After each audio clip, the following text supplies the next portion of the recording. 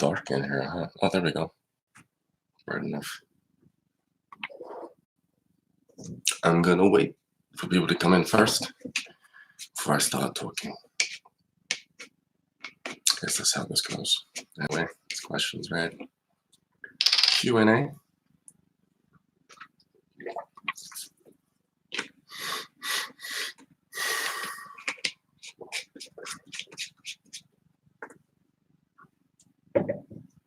Yo, hey, hi, hey, yay, oh my god, hi, Ryan. Hello, Ryan. Hi.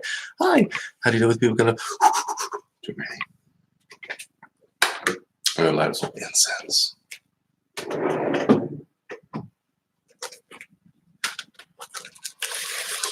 Just waiting for people to tune in.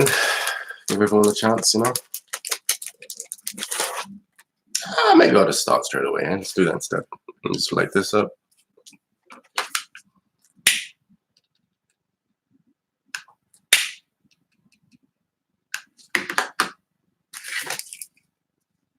This is frankincense. That's pretty cool, huh? Makes some bend sounds. Wow. Oh, there's smoke everywhere. Can you guys hear me okay? Oh, this is the last one. Oh, it's really hot here. Okay, let's do this. Questions. I'm not sure how long this live stream will be for. Let's figure out go live and see what's happening here.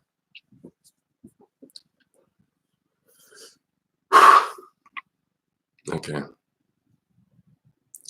Let's scroll up.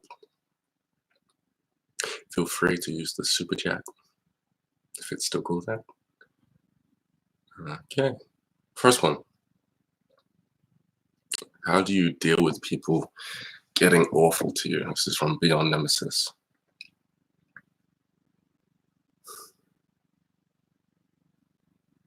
The way you deal with people getting awful to you is through an understanding, as people call it. You need to understand so much, actually know. Luckily, logic can be enough. You can logically know enough about the individual and their life and their circumstance to the point where you have no choice but to sympathize with the person, empathize with the person if you can relate, and really not take whatever the person's saying personally. To do this, your heart needs to stretch. I often talk about the mind having to stretch, to comprehend specific things, But with this, your heart needs to stretch.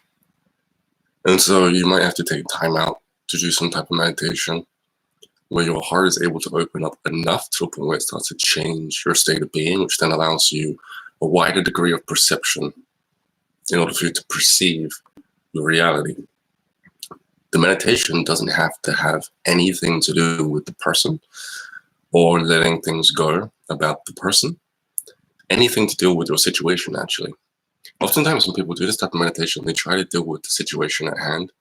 But the problem is they've got so many feelings that have been stirred up in them that it makes it very difficult for them to deal with the current circumstance, because let's face it, tackling something head on like this during the heat of the moment becomes borderline impossible.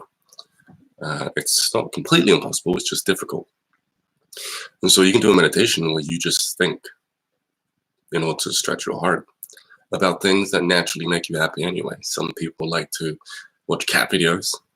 I for a time, watch cat videos along with humor. I used to watch a whole bunch of videos that made me laugh. And it would change my response to people's negativity. Try to be mad at someone or try to take something personally when you're hearing or listening to contagious laughing. It's very hard, and that changed my response. And if you try that, it would change yours too. I'm actually a fan of, let's say someone's acting awful toward me, and I'm finding it hard to see it from a much larger perspective, to the point where I can sympathize and empathize and let it go for the sake of the person. Then I would actually lay down and I would remember 2 moments within my past where I forgave someone. You can do this because you want to forgive the person if you want. But again, you don't want to focus too much on the situation at hand, but you need to vibrate specifically to a specific vibration so that, again, your mind can process things in a different way. So I remember 2 moments within my past where I forgave someone already. And when you forgive someone, or when you look at those memories where you've forgiven someone already, it signals to your mind and to your personality that you're actually capable of doing it to quite a large extent. Your mind can't tell the difference between your imagination and this now moment. And so what ends up happening is you end up shifting into a state of forgiveness. You know, that is still somewhat kind of direct to your current situation, though. So you can do other meditations to be completely besides the situation. You can think about moments within your life where you were grateful for food, for spending time with people, for being taken care of by your parents, for being given a new iPhone. And when you vibrate at a level of gratefulness, your heart's able to stretch just enough in order to start to empathize with these people that are being awful to you. And so you can go the direct routes, but again, I wouldn't suggest it because it's hard to deal with the situation if you're all amped up. You can go kind of passively indirect by thinking about moments where you've forgiven people within the past. But again, your mind might still be on that person in this current moment, and so probably wouldn't work straight away. Or you can go indirect and start thinking about moments within your life that naturally make you happy, that seem completely different from your situation that you're having trouble with. You need to make this a habit. It's best to wake up like this, so to do this meditation every morning, because then it just conditions your personality into the state of being anyway. That way, when you get into these situations where people are just being awful to you, many people, because this is life, this is how people are when they're upset, they project. This will just make sure that you're prepared ahead of time, personality-wise, as so that you don't take things personally. You know? So yeah. Hi, hello, love. Yeah. Woo. Ryan, I'm going through the dark night of the soul, right? That's what people call it.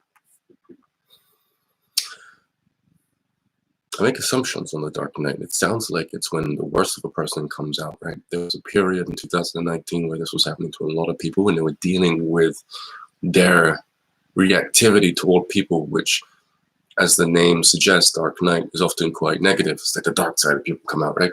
It's just what it sounds like. I actually look at that as a moment of growth. Like there is a lot you can do there to deal with those aspects of yourself, and once you deal with them during the dark night of the soul, you're basically cleaned personality-wise. You get an upgrade, so you're more resilient next time around. During the dark night of the soul, I imagine it would be very easy to be triggered, so that these many darker aspects of yourself would actually come up. I hope you guys can hear me. I'm saying all this stuff. Hey, yo, Ryan. I haven't watched your videos in a while. I'm glad you're here with this one. Hey, yo, Cropper. Hey. Ryan, what's up, brother? There was a donation. I did see it. I didn't miss it. Thank you very much. Very appreciated. Usually donations come with a comment. I did not see that. Let me just scroll up so I can find it. There it is. RB. Thank you so much. And what happens after you die is the comment. What is the tunnel? So when you die, you basically end up in a dimensional plane that best suits your state of being.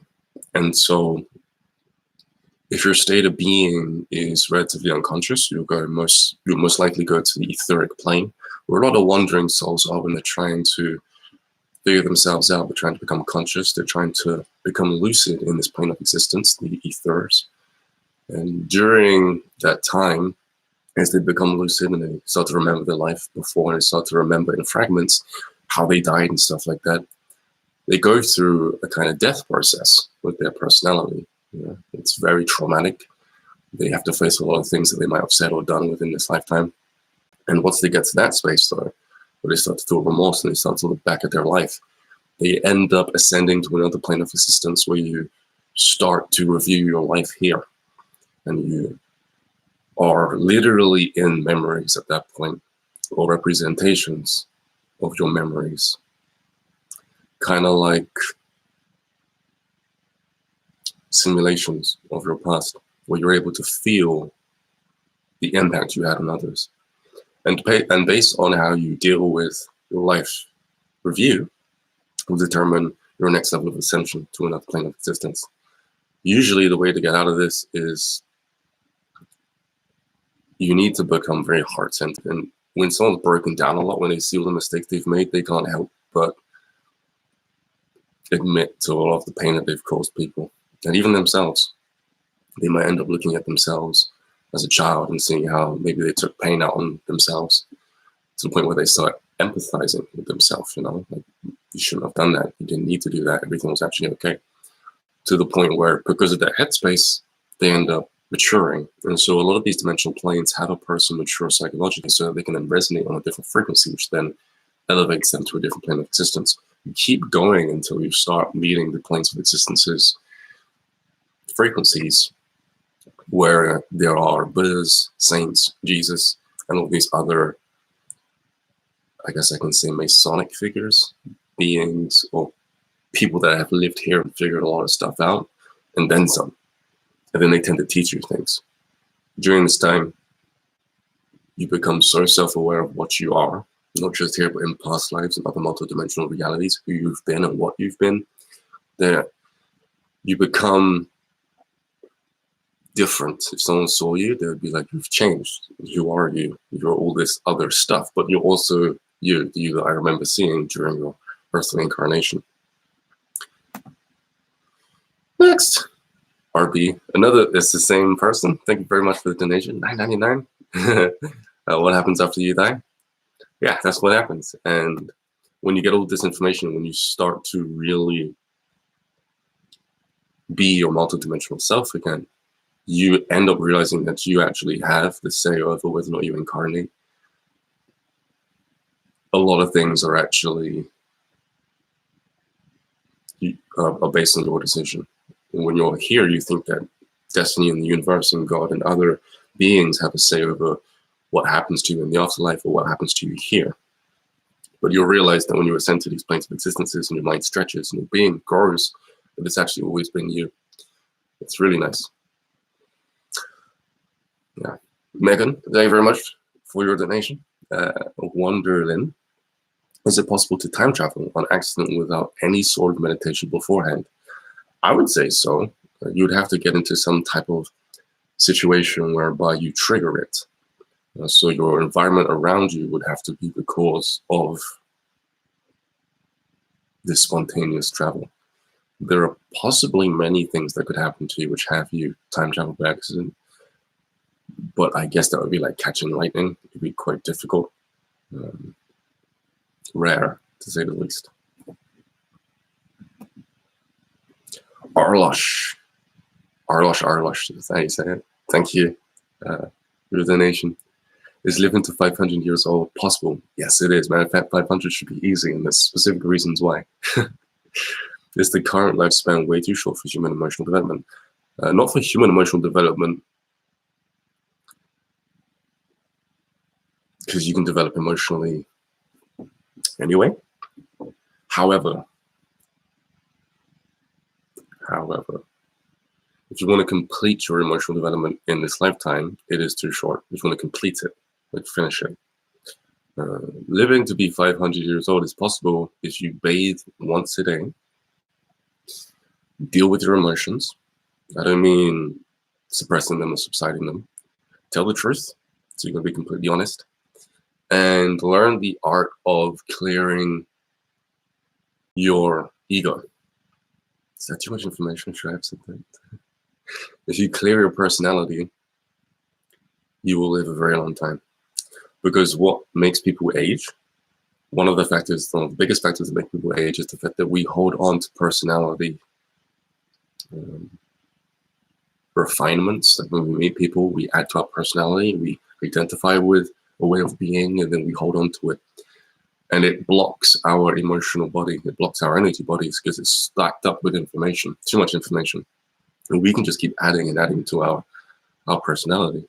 And the problem is if you add to your personality in a negative way, if you start to become quite a negative person, you're not only blocking the flow of consciousness within your body, thought, which can be used to do other things within your body, like increase the lifespan of your cells, but you also block your body, your consciousness, with negative frequencies. And so these negative, disharmonious attributes of your character actually make you sick.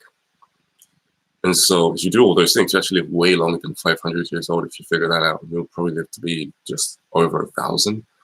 And there is a book that I would like to recommend, which will teach you how to become immortal. And I highly advise you studying everything in the book and then buying another book. I'm going to show you what these books are now.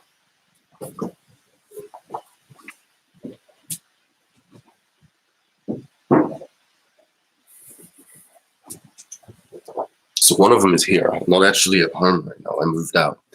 Put all my stuff in storage and threw away a whole bunch of stuff. And so I'm traveling now. But right now I'm at a very nice person's house. And she actually brought this book after I recommended it to her. So she has a clean copy here. My copy's all messed up because it's been in my travel bag for a while.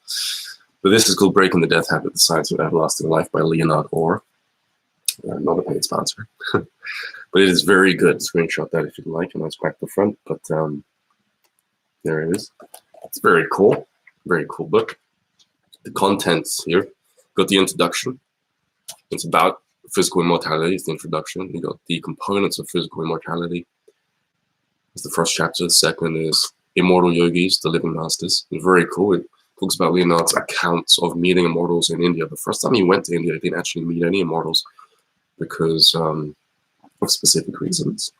But then he went again and he found them, found communities of them actually. He got to pick their brain and put it into a book. Yeah. Chapter 3, Beyond Senility and Aging. So the senility process, study that, spend a good time on that. And you can actually bend your mind to become senile at a young age just to get over it quicker, to figure that out.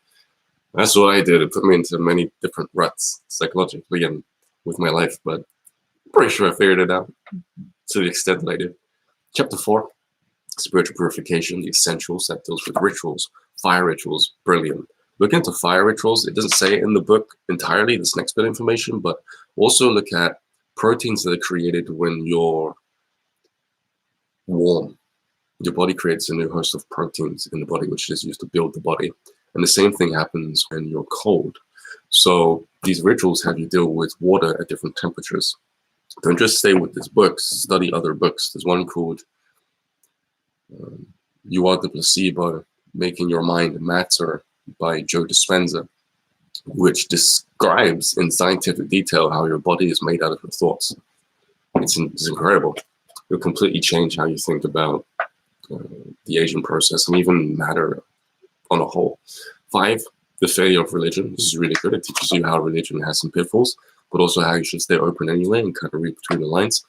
There's a saying that's in the Kabbalah that says, he who has ears to hear and eyes to see will have everything. This is where I make up the rest. Will have everything bestowed upon them to make it sound super spiritual. Jesus Christ. And then you got part 2, chapter 7, Babaji, who's an immortal.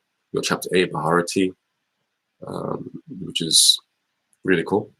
And then you got chapter 9, Gornath, who's a being that can actually be in more than one place at once, which is amazing. He knows how to project his consciousness out of his body and recreate a new body from his astral body and actually experience 2 bodies, living in 2 bodies, multiple bodies actually, at once on Earth. Same dimension, same timeline, everything.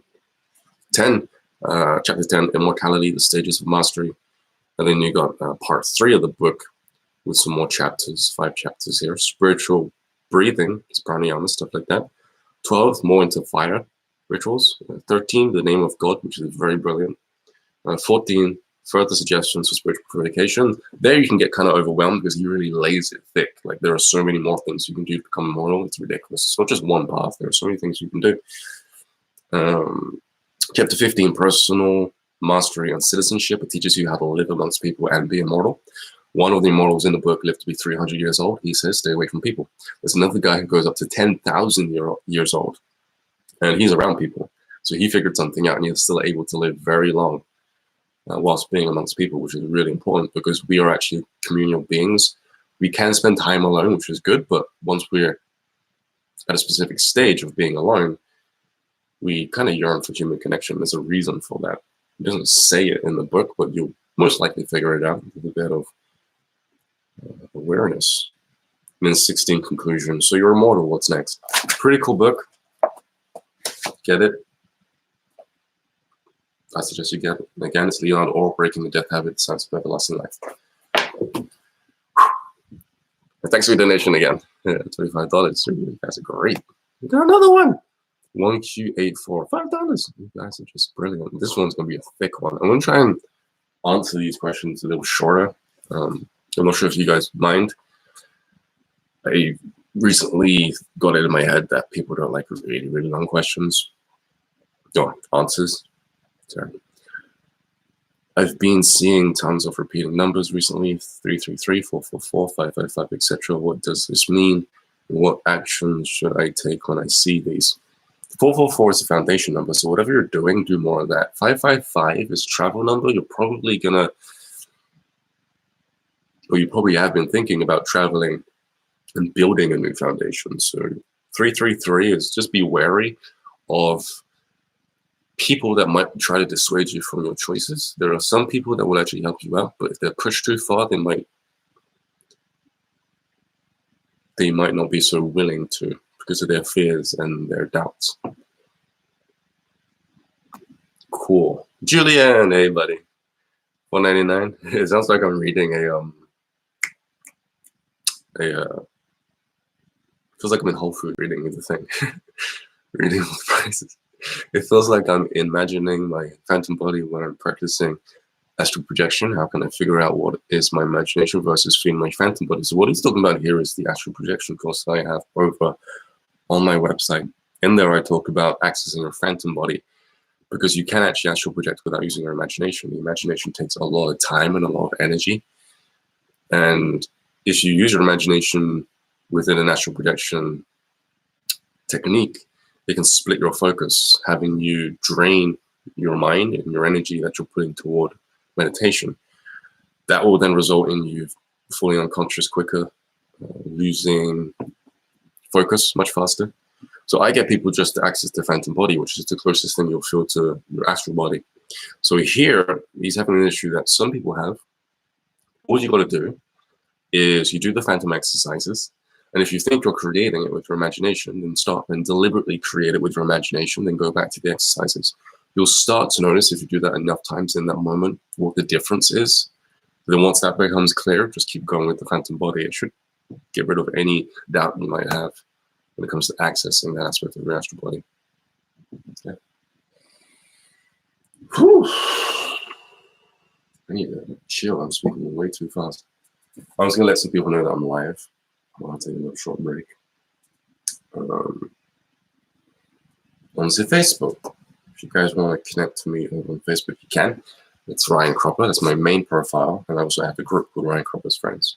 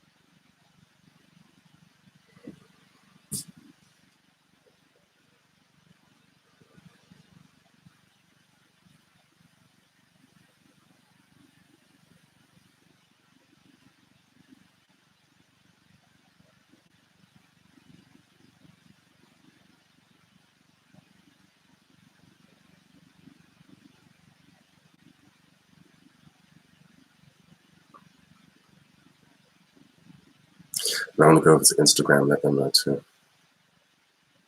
I used to go live on Instagram a lot. I'm going to be moving to Bali next week. So I'll most likely be live again on Instagram quite a bit. Those of you who like that.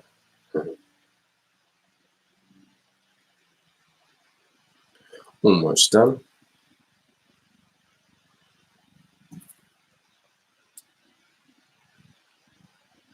Okay, I'm currently live on YouTube, hosting a live Q&A.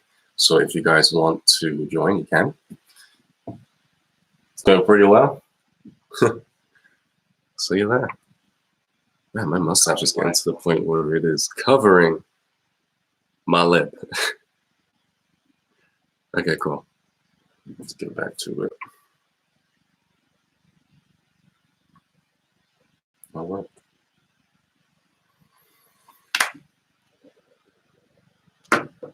Okay, we have more donations. Oh, Philip. Thank you, Philip. $5. I feel energy consistently in my perineum area as well on the top of my head. Especially, what does that mean? It means you've done something that's triggered some form of an activation within your Kundalini circuit. That would be the best way to describe it, because the Kundalini model is actually really accurate when it comes to how it shows the expression of energy within the body. Second to that would be Chinese medicine in regard to acupuncture points. In Ayurvedic medicine and in when dealing with Kundalini, the way it shows it is there's a channel up in the middle, and then there's a circuit, because like this on the left and on the right. If you look into Mantak Chia's YouTube channel, he mentions different ways of actually breathing and carrying energy up the sides of the body, and you can actually do it and go straight to your brain. Or we can do it here now, actually, if you guys want to do it. But you're gonna have to be a little mature. It's gonna be using languages, using things, I'm gonna be using words that can be triggering to people in regard to them laughing a lot.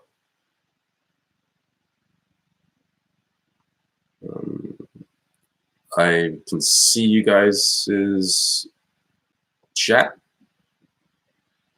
I can see the paid questions, and they're right there, so don't worry about it. I'm not going to go anywhere. But essentially, there's one exercise you can do which actually charges the right side of your energy system. And Philip, if you do this too, it'll end up hopefully moving the energy a bit more. You're probably going to experience it for a little while, maybe like a month, until it actually stops. But if you sit like this, everyone sit like this, right? And lean your body, like shift your weight to the right side of your body. Okay, and get you to do something which might feel a little uncomfortable. Shift all your body weight to your right side and drop your arm. Okay, close your eyes and just focus on the right side. Kind of imagine this side not existing, and this is the dominant side right now. It's taking up all of your attention and focus. Then what you do, okay, is you tense your sphincter muscles, otherwise known as anus muscles, on the right side of your body. You tense as hard as you can. Just focus on the right side and kind of stretch your body up a little bit. And inhale as you're tensing. And as you exhale, take the breath and drop. You'll notice that blood actually shoots up the right side of your body, passing through all your organs and straight to your brain. If you do it to the left side too, the same thing happens. Okay. It's really cool. And you can do it in the center too, and it'll work. Okay, thanks, Philip. What else we got? We got another donation here from Hardcore Head 86. I'm gonna go through the chat as well, just because I missed any. I'm still quite high up in the chat. I have to go through them. Thanks. Your donation. Hey Ryan, what are ways I can send my body asleep faster, but keep my mind awake? Are you able to activate the remarkable in your physical body like that being taught you in the video you made? To an extent I am, but everything's conditioning. You have to constantly do it to the point where the circuits in your body become so developed that they're able to carry a greater charge in your body. A lot of the times when you astral project or you meet these spiritual enlightened beings, they'll tell you how to do something, but they, not as you ask, or maybe you're fortunate enough for them to tell you, there is a lot of the information that often gets left out, which is the conditioning of the body so that you can support these frequencies, so that you can activate Merkaba in this way and start levitating and walking through walls and whatnot. Always send your body to sleep faster. I'll tell you a little bit now on how to make yourself fall asleep faster. There is a video on how to sleep on my YouTube channel where I go into it a little bit more in depth. Your environment is key when it comes to sleeping, and so is your mentality. You can't have things on your mind or in your heart and expect to sleep and rest peacefully. You need a way to express a lot of things first. One of the good ways is to write down all of your thoughts, all of your worries, everything before you go to bed, and to speak it out. You can write it out while you're speaking it out, or you can pray beforehand. And this is a good way of alleviating the soul and your emotions. It's like you've spoken to someone. Whenever you speak to someone, you feel better, right? And so if you do that before you go to sleep, you'll sleep better. Not only that, but be in a very dark room, pitch black if you can. The darker the room, the more the darkness will be able to signal to your brain that it needs DMT to be released. The more DMT gets released, the more melatonin gets released. The more melatonin gets released, the more you'll be able to relax, and your body will be out. It'll actually paralyze your body for a moment so that you don't act out your dreams. The DMT will be released quite a lot to the point where you start imagining very fast and you fall asleep. You can do this to the extent where you actually feel the DMT being released out of your pineal gland, and it will feel like a sound, like water's being squeezed through rocks in your pineal gland, and that's a very good way to fall asleep. Okay, scroll down.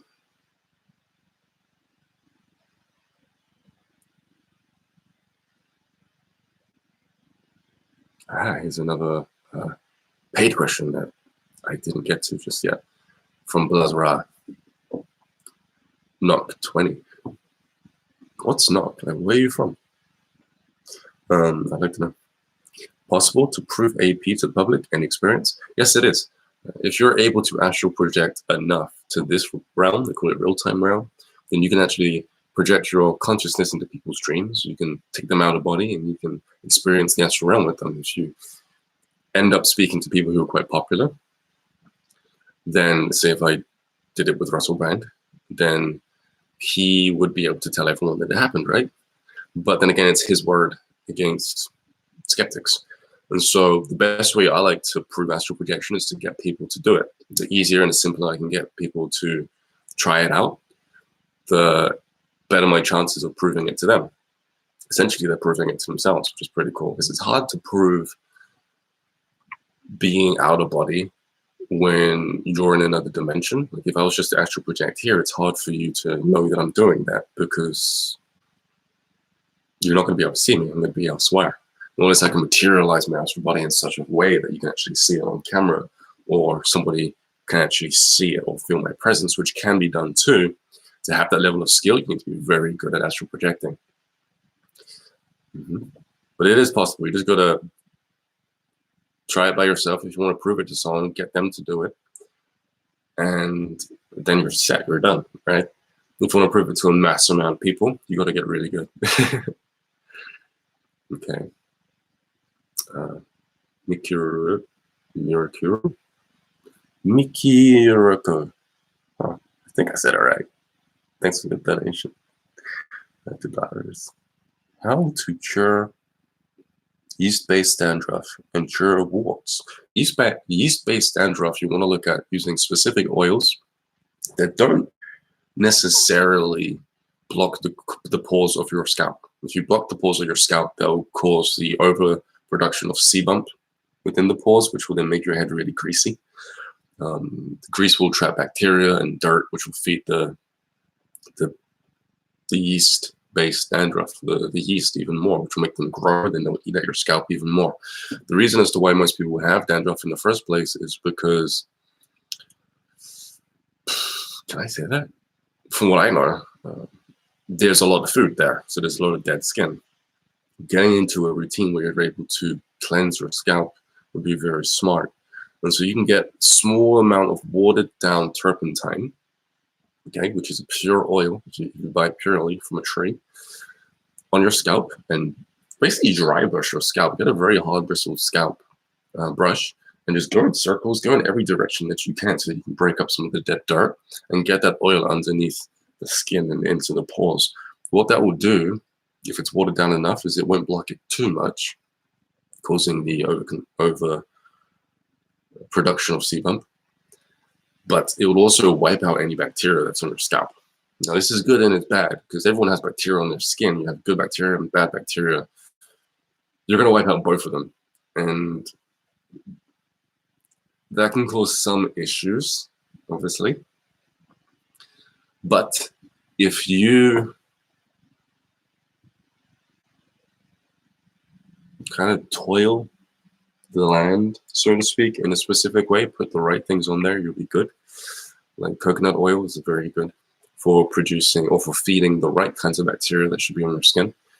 Again, water it down, because too much can mess it up. Don't go thick on it, you'll ruin it. You really need just a small amount. Switch to a very good conditioner, natural conditioner, no harsh chemicals that irritate your scalp even more, which will damage your skin. Go eco-friendly on your hair, and wash your hair as much as you can, like once a day or once or twice a day. It's a constant upkeep with dandruff, you know? Trust me, I know I've had it for a while. It started happening with me when my skin started going dry. My skin started going dry when I was younger. I actually remember it happening. My dad would put me in boiling hot baths. I guess he didn't realize, because he's been desensitized at the fact that the baths were hot. Same with my mom.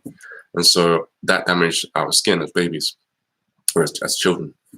And also my diet changed. I noticed I started eating more sweets and more crisps, and it kind of ruined my skin. And it hasn't gone back to normal. I've done things, or I can live in specific climates which make my skin nice and doughy, but the damage has been done, and for some reason it's just not fully correcting itself. Maybe I need to go to a tropical climate for like a good 5 years and do a lot of water fasting.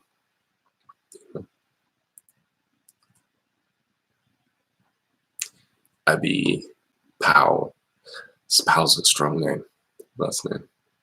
I see shadow beings, but scared to research spirits, as I've been told that once you start, you'll be bombarded. How do I open up to spirits? Open up to the right spirits. You know, open up to the right spirits. If they talk about this in the Bible, you know, and it's true. There's a lot of things in specific religious texts that will have you experience a lot of supernatural experiences if you don't push those things away, like religion away. A lot of people are angry at religion, and you know, it's like indoctrination. They try to get you to do things, and obviously they push back. People push back.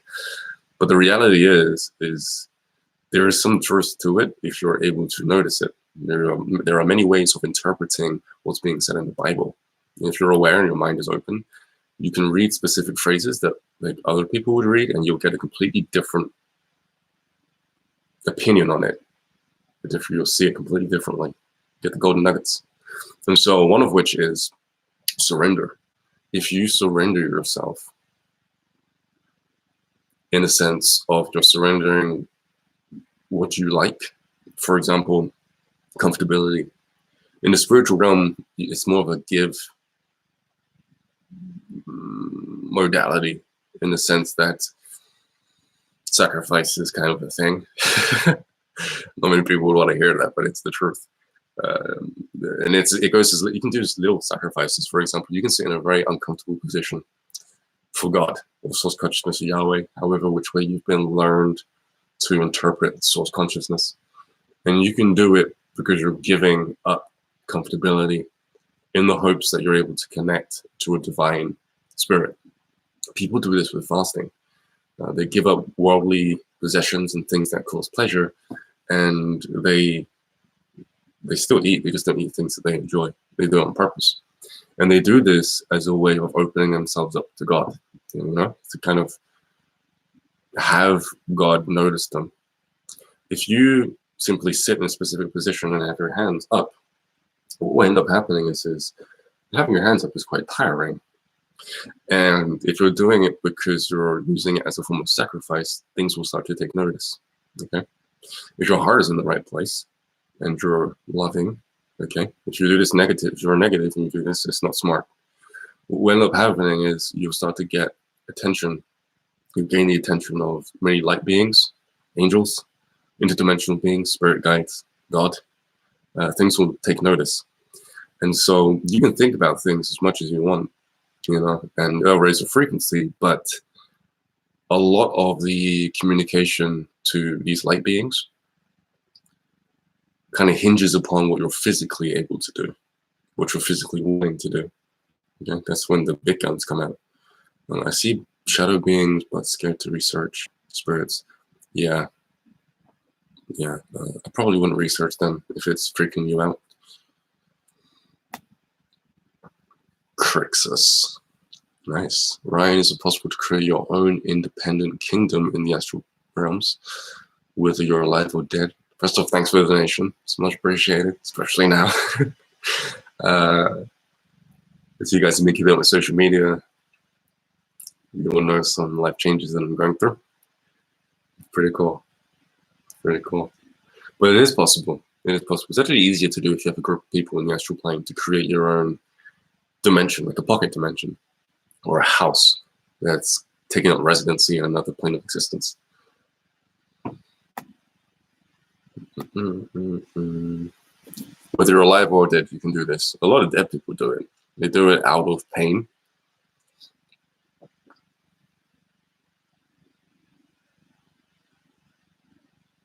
What are your thoughts on World War III? That keeps coming up recently. Something happening nowadays in the world.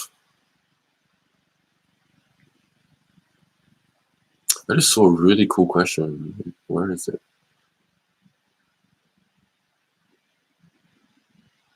What's your interpretation of ADD, ADHD? My interpretation is, unless you have brain damage, attention deficit disorder is simply a person who finds other things more interesting than what's being told to them. And so their mind wanders. And if you get into the habit of wandering, which unfortunately is something that happens to everyone, not by choice, we're forced to sit in chairs and listen to things that we don't find interesting, and so our mind wanders, and that becomes a habit. Then it becomes very difficult as you become an adult to pay attention to things. You can get out of it. You can just focus and be like, okay, I definitely enjoy this. And there's 3 reasons as to why you enjoy listening to what it is that's being said, why it's going to add value to your life, and that's going to increase the importance, and you'll focus on it like a laser. People do this when they play video games. They love the game so much, it has so much value to them, they just spend 40 to 50 pounds on a video game, to the extent by which where they're able to sit in a room and not use the bathroom or eat. And they'll play that game until they complete it, finding every little gem in the video game. Your focus is perfect already. It's just knowing why you lose attention and getting out of the habit of doing that.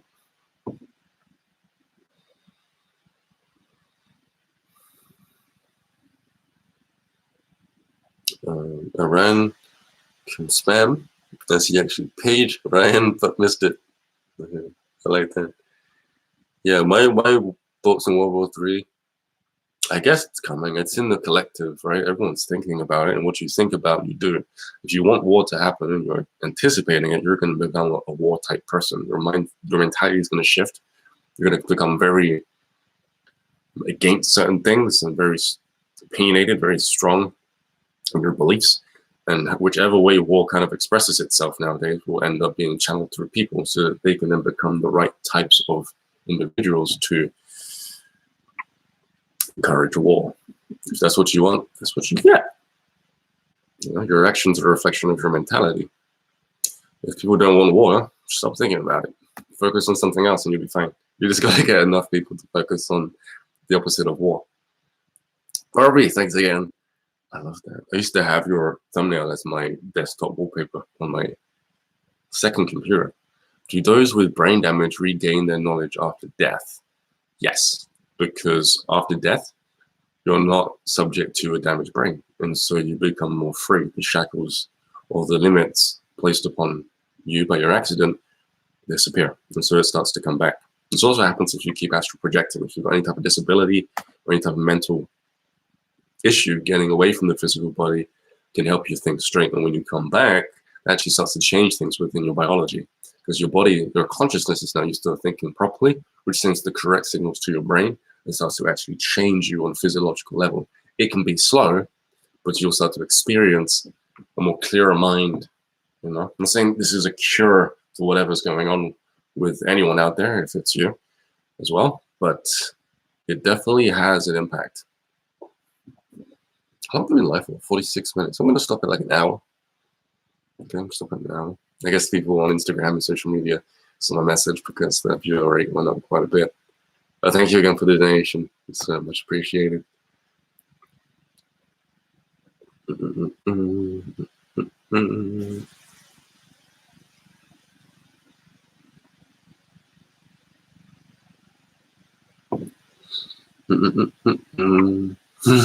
How to use Shadow Clone Jutsu? Any thoughts on that? Shadow Clone Jutsu is Jutsu found in Naruto Shippuden. Also, it's an anime series online and on TV. Funimation streams it. It's very good. One of my best animes, actually. One of the ones that I really love to watch. And Shadow Clone Jutsu is when they manipulate the chakra to the point where they can duplicate their bodies. You can do that in the astral plane. I haven't seen anyone do it. I've heard of stories. The Immortal in this book can be in more places than once. I guess what he's doing is a version of Shadow Clone Jutsu. Jutsu is simply movements that you do with your hands and sigils, which redirect the energy in the body. Jutsus are actually mudras as well in many different religious texts. This is why I like anime so much in specific cartoons, is they pull inspiration from real things and they put it in visual context, which actually helps to inspire myself and other people that I know. But you can do it in the astral plane easily. You can just duplicate, but every version becomes a little less smart, a little smaller. Careful with that. Moondust, thanks for your donation. Brian, hey, hi Ryan. How do I deal with junk food addiction, and what are your thoughts on salvia? I haven't done salvia, so my thoughts on that isn't very concrete. Thank you. Okay, cool. So, food addiction, make one intention to eat healthy, and don't worry about the rest. Just make one intention you to actually want to, enough to the point where your consciousness starts to shift. You'll notice that when you choose to be healthy, gradually, every time you wake up every morning, your mindset will be different towards food. Your approach will be different towards food. Try not to overthink it. Try not to become too consumed with the idea of having to have enough of what you need. Your mind will take care of that for you, in a sense that you'll become so different psychologically every single day as you start to align with your choices. You go to the store, you'll see the fruit section, the fresh produce section. You'll be more inclined to go over there, or at least pay attention to it. And every day you go to that store, you'll want to go over there. You'll start buying things, okay? Now, your mind will have you do it gradually. There's no need to worry about it. And the same comes for information. You'll find yourself naturally wanting to look into it, not out of fear, but because you're curious. You know, and at first you might just start eating everything that's healthy. And so, yeah, if you want to deal with food addiction, you can go about it that route. It's the cleanest, fastest route of doing it. I have a video on it on my YouTube channel. There's a health playlist where I'm fasting. I don't drink or eat anything for 7 full days. On the 8th day, I break it. And that one's really cool because I could have gone, you know, I didn't record the third time I did it.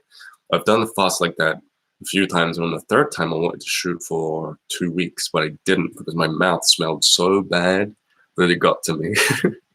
But I felt okay enough to do another week, I assume. Who knows, maybe the 4th day into the 2nd week, I might have changed my mind. Something might have happened, but I felt like I could have done it for 2 weeks.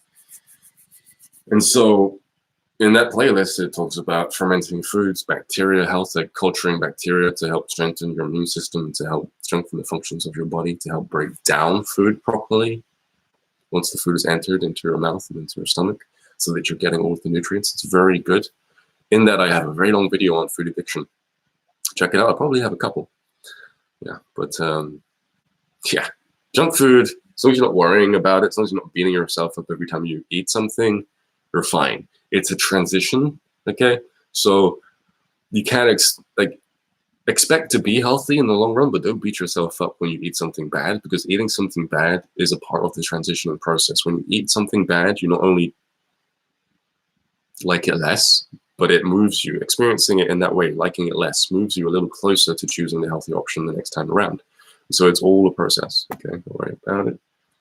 Linda Lee, thanks for your donate.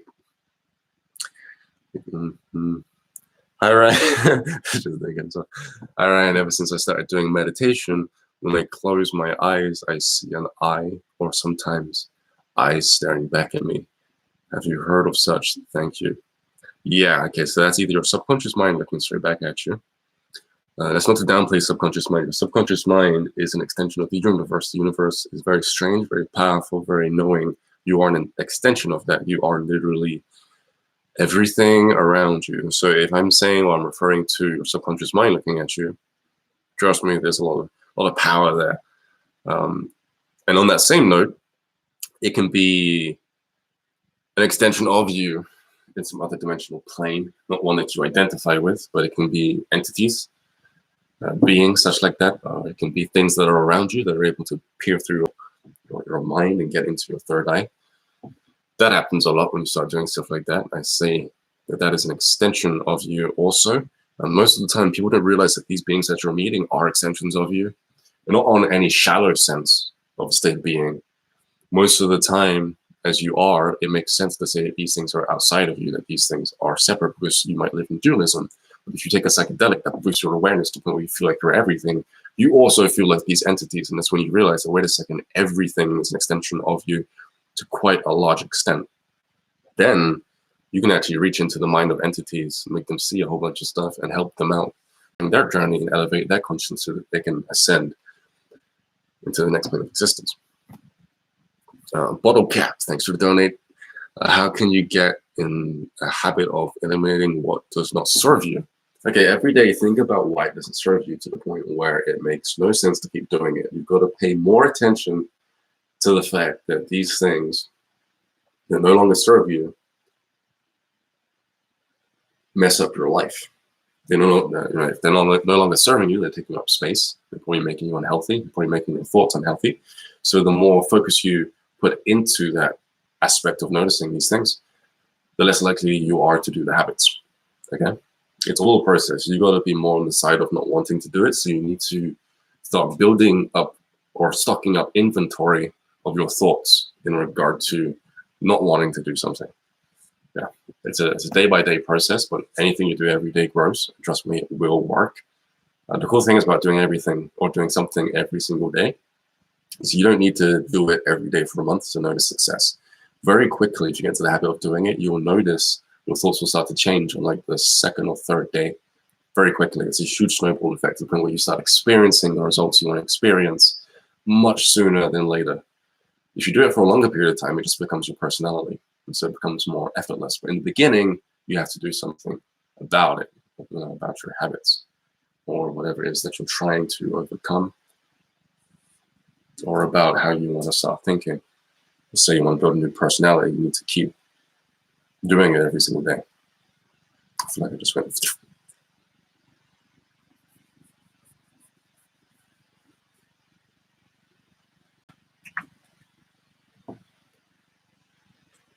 One moment. Oh, RB, thanks again for the donation. Can you re-experience the same exact life? Yes, you can, kind of, to an extent, and then something changes. There's no reason for Source or for you or your higher self to experience the exact same experience over and over again.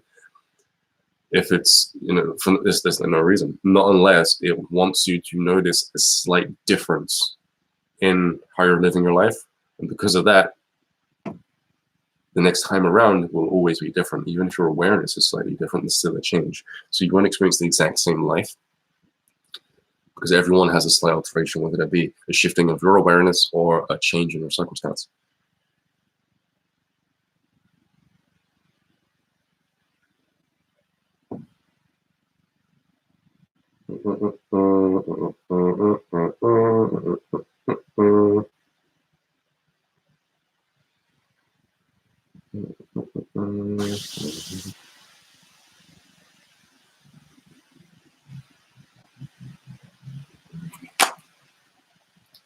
Whoop, we got a donation. Loading Monkey says, thanks for the $5, by the way. Loving your thumbnail. I sit cross-legged when I meditate, but my legs go numb as soon as I reach that blissful state of mind. How do I stop my legs from going numb? Well, actually sitting with your legs cross-legged or even sitting down is unnatural to the body. Your body is going to find or express some level of discomfort because it's really bad for you. You know, you'll be the most healthy when you start walking around more often and laying down more often. What I say to that is you can sit with a pillow under your bum, which will raise you enough to the point where your legs will keep getting blood circulation to it. And then your legs shouldn't go numb. You can buy pillows like that specifically for having your legs crossed during meditation. Okay. 100 likes? You guys are awesome. Man, to think today I get to that point. I never used to get that many likes. I never even used to get 216 viewers. I'd be lucky if I got like 10. And even then I thought that was a lot. What else we got here? We got someone who's shooting a lot of questions here, so let's do it. It's the same one. What is the real meaning of life on Earth? Why come to 3D? Yeah, the meaning that you have, there are two meanings. There's the meaning, God, 11, that's 111 now. I guess this is right. I guess my thoughts are in alignment with the true meaning of life. You have the first one, which is the reason why you're here anyway. You know, like why are flowers here? Why are trees here? Why are plants here? Why is the ocean here? If not for some type of divine purpose. You know, the trees are here because they need to supply oxygen to everything. Well, who's to say that you're not here for a similar reason? Being a human being, let me tell you something. Your poo nurtures soil. Your breath is a part of life because you're breathing out carbon dioxide, you're breathing in oxygen. And so that goes somewhere to the trees. You know, trees actually shift to different functions where they're letting out oxygen, and then during the nighttime, once that sun is out of the sky, they shift. They start pumping out. I think it's carbon dioxide also, so they actually breathe. It just takes much longer. With us, one breath in, oxygen, one breath out. Carbon, I think it's carbon monoxide, or dioxide, it's carbon monoxide. Plants just basically breathe, but it takes ages, you know? And so your being here, just your being here has many purposes in the circle of life, but then there's the reason as to why you're here, why you chose to be here, which could be anything. It's really personal to every soul that's here. Sometimes people have a reason, they come here, then they forget, but they've had such an intention to come here to carry something out that they end up doing it anyway. And so if you want to do that, if you want to start living your life purpose, I say just go with what intuitively feels right, because that's your subconscious's way of still remembering what you're supposed to be doing. And don't judge it no matter what, because you, like this higher part of you that remembers why you're doing something, why you came here, knows the plan. It knows why you're doing things. It's hard to remember why if you're in an amnesia state. If you just trust that it's fine, then you're good. Okay, we got another donation. You guys are just awesome. Christian Diaz says, 4.99. Cool. Hey Ryan, how can you? No, hey Ryan. How can I help cure my narcissistic girlfriend? Also, what do you think about? I don't know what that is. The last one. I guess it's some type of plant medicine. Narcissistic girlfriend? There's so many ways to talk about narcissism. So many angles. So many opinions on what that is. Even let me just look up the normal one of narcissistic behavior, personality traits, and I'll see if I can give you something.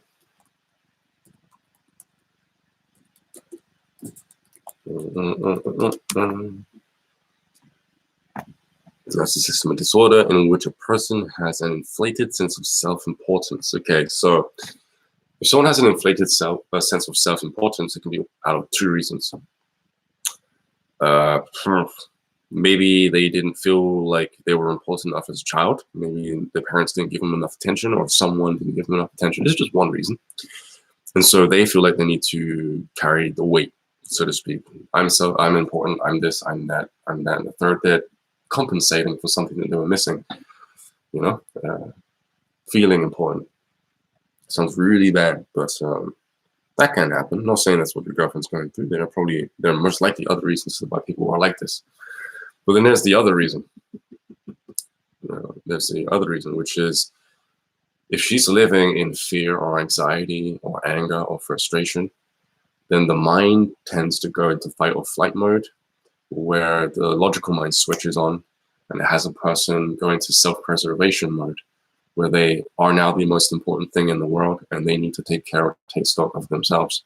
And so if it's happening, it's because they're worried or stressed out. And so you can help them by making them feel calm and at ease and at peace. If they do that, then they won't feel the need to feel self-important. Many business owners can be like this. I've fallen victim to this before. If we feel like nothing's secure, we go into self-preservation mode. And it's not like an entire bad thing, because it's what the mind does in order to help us survive. But it is a bad thing when people around us start to suffer. And when we start to neglect people around us and not really do things because we feel like we have to control everything, which more often than not we don't. Yeah, I hope that helps. Kuchi Kopi, $5 donation that you guys are just like, is he gonna get the name right? Right. Do you think we are living in a simulation? Is 3D a sort of simulation made for us? I don't like answering this question because a lot of people have a knee-jerk negative reaction to it because they don't like being trapped with the idea of being in a cage. But the reality is in the same way that when you dream, you're in a simulation of consciousness and to experience an experience, you are that here too. Okay? And there's nothing wrong with that. People don't like that. They freak out. But people nowadays are actively going into simulation reality things with goals and everything, and they're favoring that. They're actively playing video games to enter into a simulation because they enjoy that release. Why not look at life as the same thing? What if you were in another dimension before you got here that was too real and too boring and stuff was going too bad, and so you decided to entertain yourself? Why now is the simulation a bad thing? If it was working, you know? Why? Stacy, thanks. Is there a way to unblock someone else's heart chakra or wall around their heart? Let go of wanting to do that and just let it happen by itself. People can't stay blocked their entire lives, you know? Usually when people are blocked, their hearts are blocked, they go through, it's a shame, they go through a lot of pain because the heart is blocked. And so as of a result of the heart being closed off, they experience a very difficult life. Whoa, deja vu. Whoa, too many deja vus. Too many deja vus. Okay, so they experience a very difficult life. And their pain, that they're doing it to themselves, and to the point where they break down. And then their heart ends up bursting open. Then they get really sad and upset, and their heart opens up again and they get cleaned, just by the energetical process of finally succumbing to their true self, their emotions. So don't worry about it. It's going to happen on its own. You don't have to be in control of someone going through that. You know, just let reality, the universe, God, just take care of everything and let go. Ryan, how can one recover a collapsed inner spiritual core? Do you mean it literally, or are you losing your sense of spirituality and you want to recover that? Because if so, then I would say do whatever you did which kept it intact in the first place, you know, the spiritual center. It might have been meditation, it might have been a series of thoughts, affirmations. Just get back into that and it will come back. Give yourself time and space, put yourself in the right situations, the right places to get back to yourself, and just give yourself time. It's kind of like watering a plant. Watering a plant, you must. Add to yourself. Drip by drip, day by day, with little tiny things. Very quickly, you'll grow overnight. Your actual sense of spirituality grows overnight, and you'll wake up a little bit more like yourself, a little bit more stable, you know, Yeah, that's the nice thing. You don't have to always be doing affirmations or mudras or some type of spiritual practice constantly in order to grow spiritually. You can just water it a little bit. That way you'll go for a longer period of time too, because if you do too much too soon, you'll burn out and you won't want to do it anymore. It's like yoga or art or painting. Same thing as art. A little bit goes a long way. Bottle cap, thanks for $2. You're awesome. Does decalcifying a third eye help with astral projection? And that's blue. I don't want to make that a point. It's a blue comment there in the chat. And it is funny because it goes with water. Water decalcifies the pineal gland along with the rest of the body very well, especially distilled water. It has the ability to break down a lot of things in the body that can calcify pineal gland, such as heavy metals and mainly sediment from rocks, which calcifies a lot of the pineal gland, pituitary gland, other glands in the body, and also calcifies your bones, making the bones very hard on the outside because they're blocking the, I guess you can call it, the pores of the bones. Your bones have little holes where the blood comes out and things come in, nutrients come in. So you get the wrong type of nutrients coming in because you're drinking dirty water. And what ends up happening is these large stones block the pores of your bones and build up on the outside, preventing the nutrients from getting inside your bones and from blood from getting out properly. This causes the insides of your bones to become hollow because they can't keep growing and developing because there's no silica or magnesium getting to them. And then you get what's known as brittle bones. So you become older, and if you fall over, you shatter because the bones are hollow and the outside is like sediment. You know, in my mind, I imagine it like when you get a water distiller and you put water in there, you distill it and you open it up afterwards. Especially if you distill water and you don't use the distiller for a while after that, you'll notice that the sediment becomes hard on the bottom. Imagine that inside your body. Another way of decalcifying your pineal gland is using boron. Boron is a chelate, which is basically a mineral which when you put inside of your body, it collects all of these hard sediments and other inorganic minerals that pollute the body, and then it helps by passing it out of your system. Okay? You can buy boron in tablet forms or capsule forms, and boron does pretty good. Yeah, boron and water are the main go-tos for decalcifying your body and your pineal gland. Woo! Okay, one more question and I gotta go.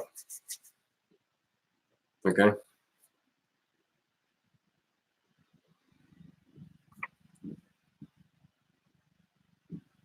I'm so mad, it's impossible to get noticed. Okay. Are you trying to do things to be noticed? When people try to do things to be noticed, they end up doing things that everyone else is doing because they know that it's giving other people attention, or it's getting other people attention. And so we replicate, we copy. That's working for that person, I'm going to copy. But honestly, if you do you, if you just be you, you have more than enough value within you. Things you say, the habits that you do, the things you do for yourself, you have more than enough self-value to the point where it's valuable to someone else. Then they'll take notice. You just tell people what you do to make you happy. You missed @Blah's donation, right? Okay, I'm going to scroll up and see that real quick. Bottle cap. Blah, Raz. You haven't any proof astral projection to the public yet? Says Blas. I proved telepathy with the public. I pulled a memory out of someone's head, which is actually quite a big feat, much more than astral projection. I broke it down in so many ways, so I guess it would be easier to prove astral projection if I could do it with something like that. I guess it's based on my amount of focus. With that, I was given a few days to really get myself in that mode. If I was to prove astral projection on a mainstream scale, I would have to put together a plan, which I have yet to give any attention to. I think it's because I've settled with the fact that I don't need to prove it, or I don't feel the need to prove it. That doesn't feel right. I don't want to, that doesn't feel right. I'm content with how things are. If people want to learn it, I'm so content and happy with my ability to teach people. And I've done it so many times that I now or have leaned on my ability just to make people do it, and now they know, you know. Oh, we got a couple more donations. Is it because I'm leaving? You guys, I see what you're doing. Innate Core Daddy. 99, 9.99, nothing 9.99. Should I get a gavel? What spiritual plans do you have for your upcoming? Ooh, I wanted to keep that a little surprise for YouTube. I'll say it anyway. I won't finish the thingy, but you get what I mean. Upcoming plans. You know, we don't really have any. We don't really have any, other than where we're gonna live.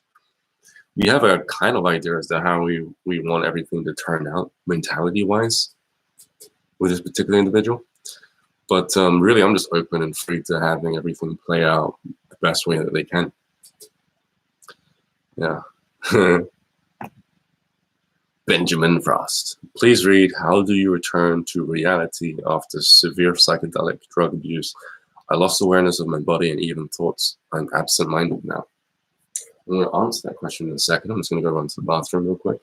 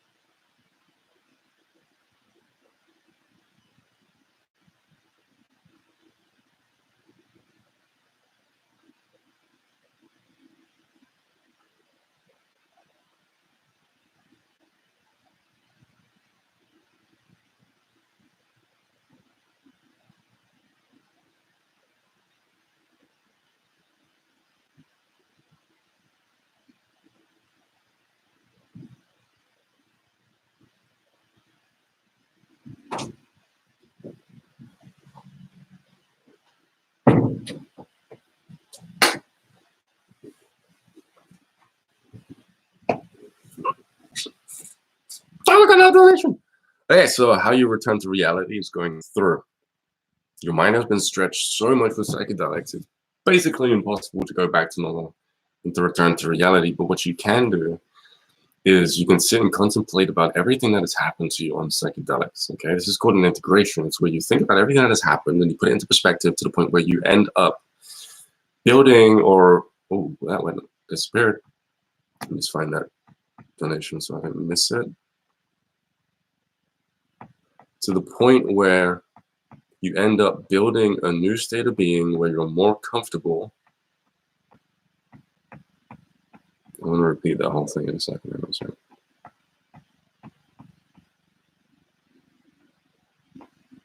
There it is. Okay. To the point where you end up falling into a new state of being. Okay, I'll say that again. What you need to do is you can't go back to how you were in reality. How you were was a specific way. Before your mind stretched, you start figuring everything out. And so a lot of people go crazy. They try to get back to a certain state of being where they're unconscious or unaware, they're doing the same things that they know they shouldn't be doing. And they try to return to reality, which really isn't reality. What they're returning to is a societal construct of a state of being. How the majority of people think and behave. That's not reality, that's a state of being. It's a state of being which has people make specific choices, which out of their choices have their life turn out a certain way. You know, people call this the matrix of thought. You know? But if you go into a field or you go somewhere else in the world, you'll notice that the life is actually, first off, it's kind of psychedelic. It's beautiful, and it's completely far removed from the mentality of man. If you're on a plane and you're flying over things, you'll come across countries, and you become aware of the fact that over there in that country, people are thinking, and they're in their own world, you know, despite the rest of the world. And trees will grow and live to be hundreds of years old. And that one pocket of society that think one way will have thought many different ways through their culture. And they will die, and they will live, and they will die, to the point where the earth will keep standing. But to the earth, nothing has changed, because the earth actually stays in like one state of being, right? The earth perceives time completely differently. But mankind is thinking in their own way, and they're following their life, and they're living out of their mentality. It's just thought in that sense. It's not life. It's just society's way of thinking. And you can subscribe to that, but then you get everything that comes out of their headspace. You get the trauma, you get the suffering, you get the anger, the problems, the difficulties. Or you can remove yourself from society's way of thinking and think for yourself. Or you can think in alignment with the earth, which will make you very different of a being. Where you start flirting and disappearing, flying and stuff like that, which again, the earth is very psychedelic. And so it's very real at the same time that there isn't actually a difference between psychedelic stuff and earth and reality. It's all part of the same thing. And so when it comes to you shifting into a new state of being where you're okay with everything, you need to adapt to how your mind has been stretched. And adaptation means you need to become okay with everything you've learned and see how it's actually part of the circle of life, real life, not society's programming. And then you become like this state where you're completely calm and you're finally like, oh, now I really get it. And you're connected to not only yourself, but everything around you. That's tough, because when the mind gets stretched too fast, there's a lot of issues. You know, we hold on to the perception of things a lot. We kind of hold ourselves back, and it's because of our societal programming, thinking like everyone else. They have habits of thinking themselves into attachment, you know, attached to an idea of how life should be, and they place much value on that. When you take a psychedelic, that disappears, and so you can freak out. But it's just time and really contemplate everything. You know, Sherazade actually mentioned that I should start doing a service where I do plant integration, because I've taken so many psychedelics, my mind stretched so far, even off psychedelics, that I can start offering advice. I do it anyway in sessions with people. I'm going to make it a service over there. So I'll change the listing soon. On my website, if you want to book a session, there's a bunch of services. I'll just add it to there at some point. For that Bruce Lee with all these questions. Come chucks. Good work, man. It says Ugly Casanova. Thanks, pal. Thank you for the donation. 199. 199. Benjamin Frost. Such a cool name. Please read, how do you return to reality after that several psychedelic release? Cool. I might have just gone over that again. Vice, says Zim Invader. You know what Vice did recently? I couldn't do it because I'm in New York at the moment. Vice, a journalist from Vice, recently contacted me again, because I've been on their show once before. And I was rated top 5 popular people on Vice within that year, 2019. I think it might have been 2018. One of the journalists from Vice contacted me again because they wanted me to be in another documentary where we talk about quantum jumping. But because of my whereabouts, I'm no longer in the UK, they couldn't get to me. You know, they said if there's a way that they can include me, they're gonna make it happen. But right now, just chilling, just still chilling, just chilling. What else we got? We got another donation here. Say my name, says Daniel Hawkins. 499. Thank you. I just noticed that there's a button here which might actually reveal a bunch of the donations, which are cool. These are donation questions. And there's also some questions here with an exclamation mark. So I should probably address that real quick. How did I went from, okay, my view rate just went up. And when I choose to leave, it goes up. I guess the universe's way of telling me to stay put. How can you dream yoga? Dream yoga? I'm not too sure. I'm not sure what you imply by that. I know that if you can imagine yourself doing yoga, your body actually gets flexible without you doing anything. This way you can avoid doing harm to your body and get flexible at the same time. I've been doing it for some months by accident. Like I've been imagining myself being a specific age and my body gets really loose. And the next morning I wake up really spaghetti-like, to the point where I'm actually more flexible now than I was before I left to go to New York. You guys have a look at this.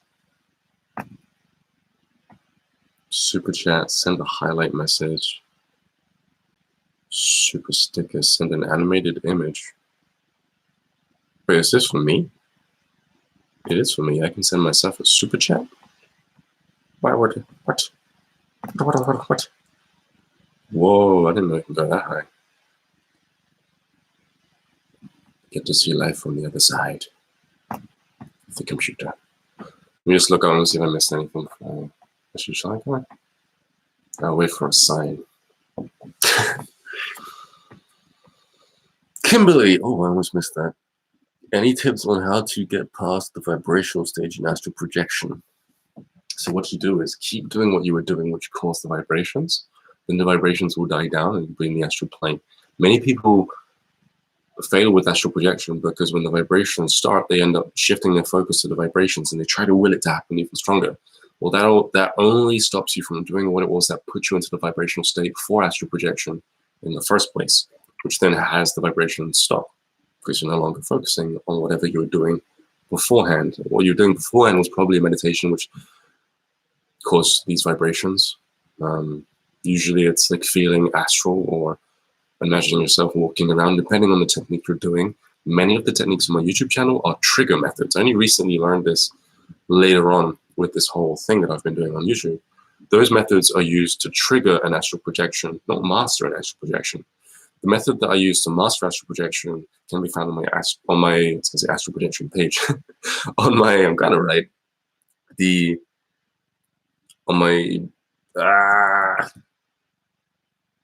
Why do I want to say Facebook page?